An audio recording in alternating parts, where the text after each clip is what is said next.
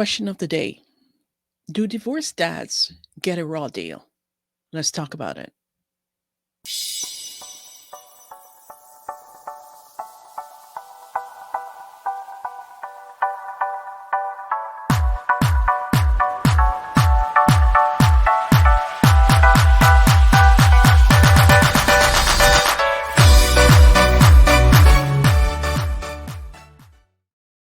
Hey, Charisma here. Welcome back to Charisma Daily. If you're new around here, hello. The question is of the day is do divorced dads get a raw deal? Now, based on my own life experience and many people that I know and what I've seen in the world and in the media, divorced dads tend to get a raw deal. And right today, I'm talking specifically about divorced dads. So men who have been married and now divorced. But generally, when it comes to men being fathers and children from having children from a relationship, they tend to get a raw deal when the relationship is over. However, today I'm just going to focus on divorced dads, and I came across a very interesting article by the Good Men Project, and I want to share that with you today. And he's sharing some antidotes and some stories about other men who divorced dads who've actually had various experiences. And I want to bring that to you today. So let's get into it. Tom Maclack from goodmenproject.com says, do divorce dads get a raw deal? See, Tom Maclack argues that guys get unfair treatment when they're divorced. What do you think? He says, my friend Pedro taught me pretty much everything I knew about being a dad. We both had big houses, important jobs, and angry wives with whom our relationship came to a sudden end. We also had kids. I had two, and he had three. He had twins roughly the same age as my kids at the time, 1 and 3. He also had an older adopted daughter, Janet, confined to a wheelchair and with very limited verbal skills. In the beginning, I had no idea how to take care of my babies during my weekends with them. So I watched Pedro with his two toddlers and a special needs child. He did it with patience, joy, and perseverance. From him, I learned to roll up my sleeves and get dirty and treasure the small moments of bonding with my own children and eventually others I met along the way. In the end, Pedro's ex wife pursued a job out of state. She went to court to take Pedro's twins away from him, and having no desire to have anything to do with a special needs child, left him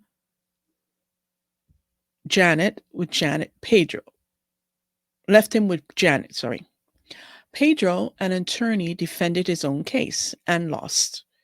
For the last decade, he has seen his twins only on appointed weekends and has been Janet's primary caregiver. Okay, before we go on,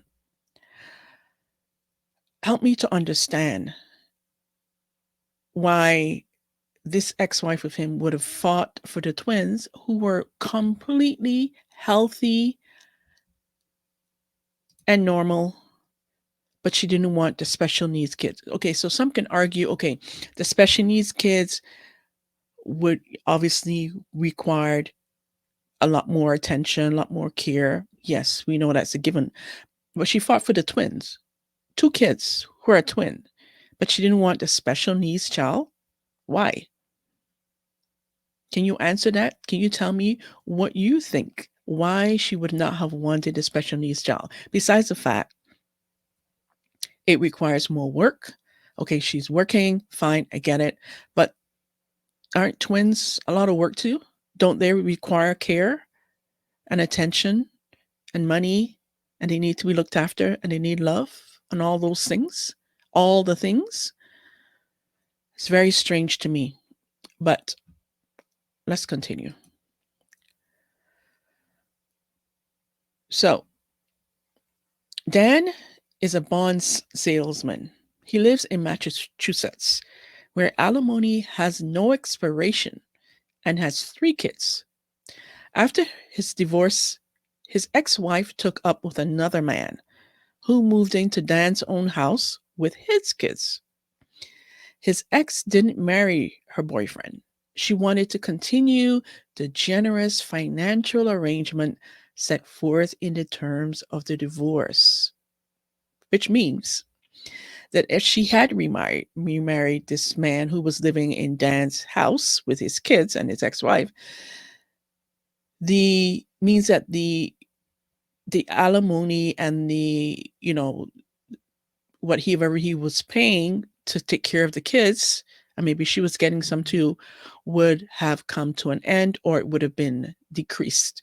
So she's smart. She didn't want to marry the ex-boyfriend. She didn't want to marry the boyfriend.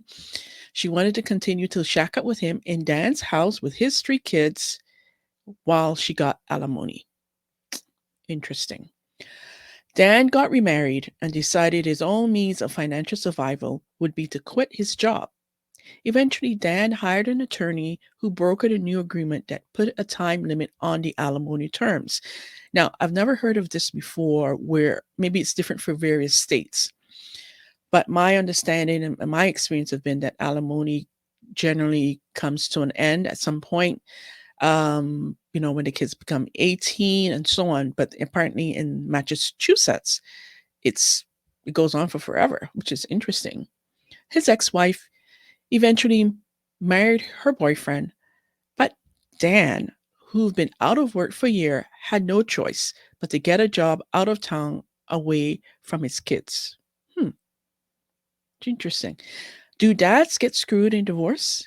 The stories of these 2 men, what's going on here? Both close friends of mine reinforce my own personal experience and led me to believe that the answer is frankly yes. But we wanted to hear what you think. Here's what some readers have written in. So this says, men absolutely and often get the short end of the stick financially in divorce. There is a big myth out there that men make out like bandits in divorce and women get left in poverty. This is completely untrue. Ironically, it is this myth that causes women to resist fathers having more parenting time, as the less time the child is with the father, the more money mom gets. So fathers get the shaft twice. Their time with their children is limited, and they get to pay for being pushed out of their children's lives. And then here's someone else says, so that was Anne, and she is a father's rights attorney from dadsrights.org. A second person says, Scott says, when I was presenting a workshop at a national judges conference, I asked those judges whether there was bias in family court during divorce. Their answer, yes. But usually it's against women, not men. Really? I don't think so.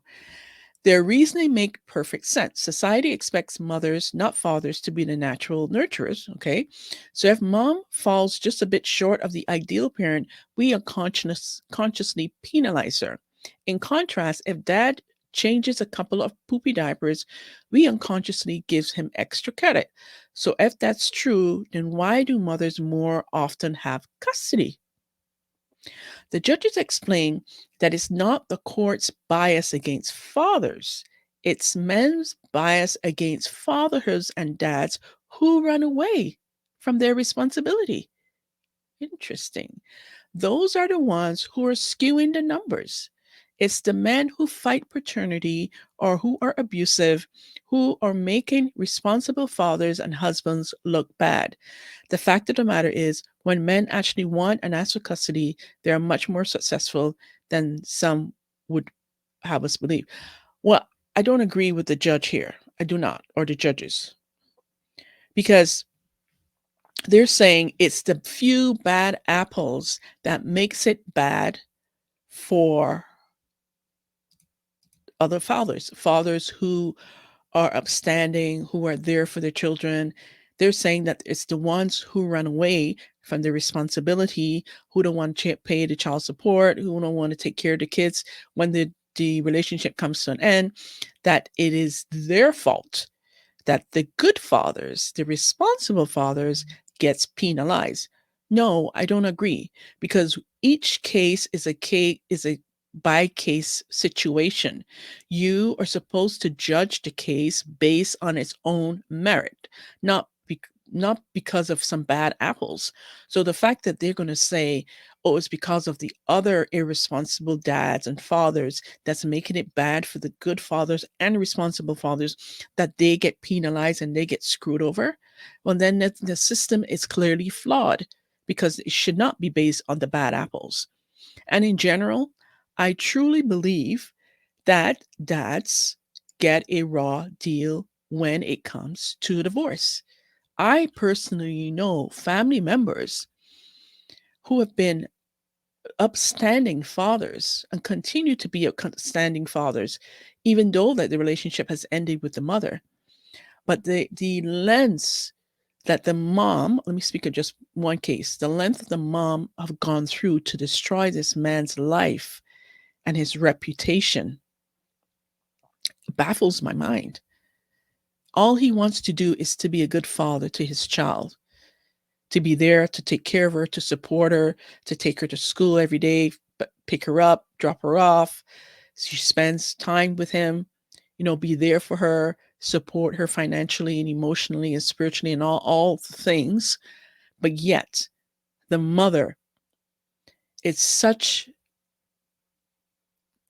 let me be nice, okay, that she makes his life a living hell to this day. During the marriage, she did, and even after, when it comes to his child.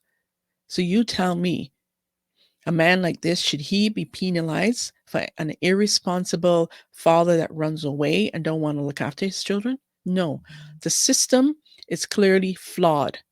And the system is flawed so bad that the mothers, they get more advantage because they're the mothers. And even though if they're a bad parent, even if the mother is not a good mother, and even if it's proven in court that the mother is not a good mother, she's not there, she doesn't take care of the children, whatever those reasons, if she's not a good mother, it still does not, generally, I'm sure there's some cases that are extreme, that that the kids would not be given to the mother. However, generally, even though the mom is not a good parent, she gets the kids and she gets the money to look after the kids. And it baffles me. It baffles me. It baffles me. It baffles me.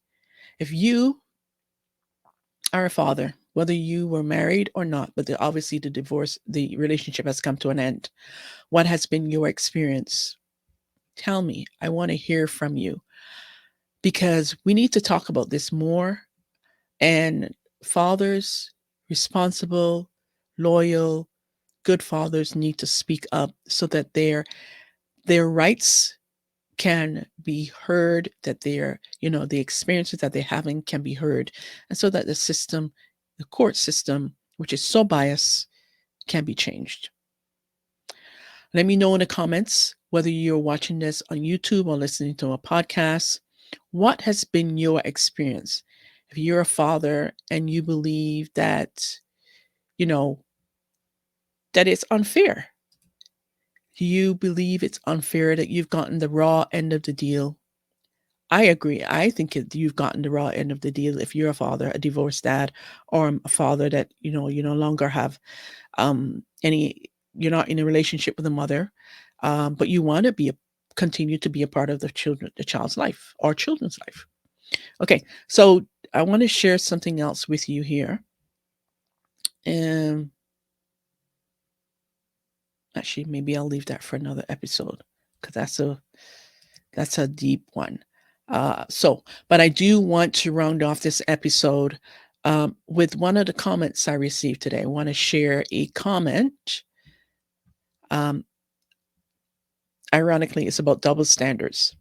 So let me share this with you. Let's see here. Comment. Okay.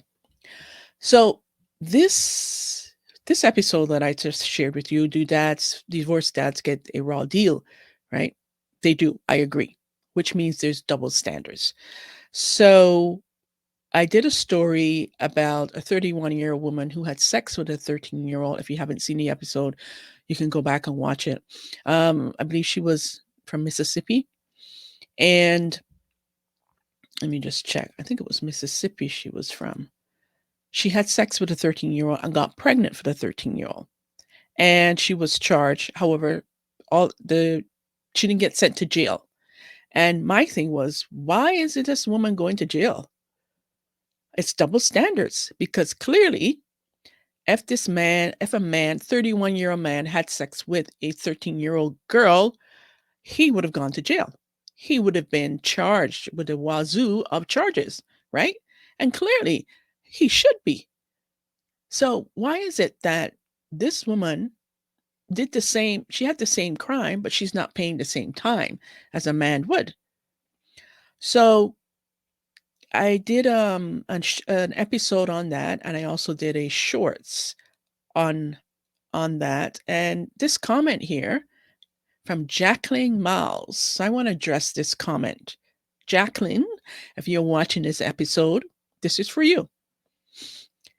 Your response to my video, men, do you think this is double standards? Charges drop.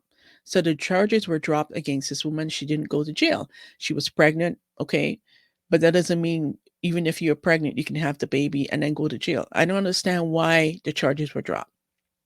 Because, like I said, if it was a man, he would have gone to jail, hands down, okay?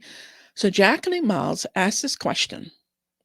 I like how when people hide behind, there's no profile picture, just an initial. Anyways, is that woman white?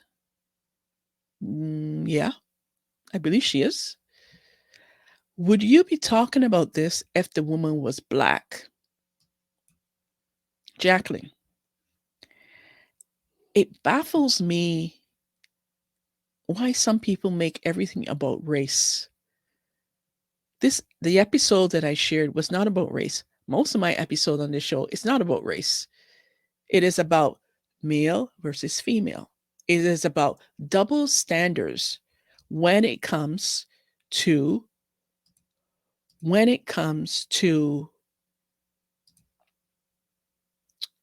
you know, the law, the legalities when it comes to male and female, when it comes to this world, how things are viewed, people's opinions, the biases, the prejudices, when it comes versus a man versus a woman, feminism, all of those things.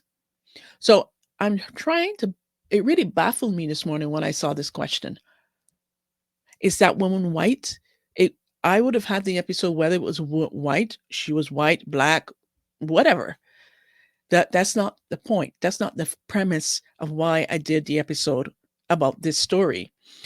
First of all, there have been many stories in these situations that's happened where a very mature age woman having sex with a minor, okay, and gotten pregnant. There's many stories. This is a recent story that came across my feed, and I shared about it and I talked about it. I can't talk about all the stories. It just happened that this was the most recent one. So whether the woman is black, white, Indian, Chinese, whatever race she is, has no bearing on why I am sharing this. Now, I think, here's my opinion. I think that you figure because I'm black, right? That I would not talk about a story like this if the woman, the predator, was a black woman. Hell yes. Because to me, it doesn't matter what race you are. If you did something like this, it is wrong. So it's about right versus wrong. Okay? And it's about having morals versus being immoral. Okay? It's about this a predator. So whether it doesn't matter the color of her skin, I would have shared this story. So, Jacqueline, would you be talking about this if the woman was black? Yes. So I hope I answered your question. And it really, people, her concern was not about the boy, the 13-year-old boy, a child, pretty much. And I shared on the full episode that I am sure that he did not choose to go to bed with her. He did not choose to sleep with her. At 13 years old, hormones are ranging. He's curious, I am sure. But do you see him approaching a 31-year-old woman wanting to sleep with her? No, she is a predator. So whether she's black, white, whatever color, whatever race, she's a predator. And should the charges have been dropped for the crime that she committed? No. She should have gone to jail, just like a man would. So, Jacqueline, before you come up on my platform and ask me ridiculous questions, please take a moment to look at all of my episodes before you start to judge me and think because I'm black, therefore I will have a bias of the person who committed the crime. And that's all. I said what I said, and that's all I have to say about that. Okay, so if you're watching this, wherever you're watching this episode, whether this you're listening to this on a podcast platform or you're watching this on YouTube, I'd love to hear your comments. I'd love to hear, as I mentioned before, what do you think about divorced dads? Have you had a personal experience with the same topic today? And I would love to hear from you. I would love to hear from you as always. And I just have to say this one thing. I want to hear from you. I'm going to be sharing comments. I'm not sure how I'm going to do it yet, if I'm going to dedicate a full episode to just comments alone, certain comments, not all the comments, some comments like this one. But I didn't want to leave that one. I really wanted to address that today. So I'm not sure what the format's going to be yet for comments or some of your feedback. I've been getting some really amazing feedback on some of the topics and the stories that I'm sharing here. I do appreciate it.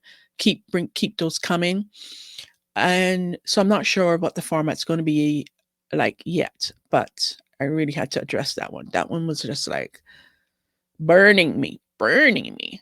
Anyways, remember, people don't have to love you. They don't even have to like you. But when they look in the mirror, when you look in the mirror, you better love what you see. Take care and bye for now.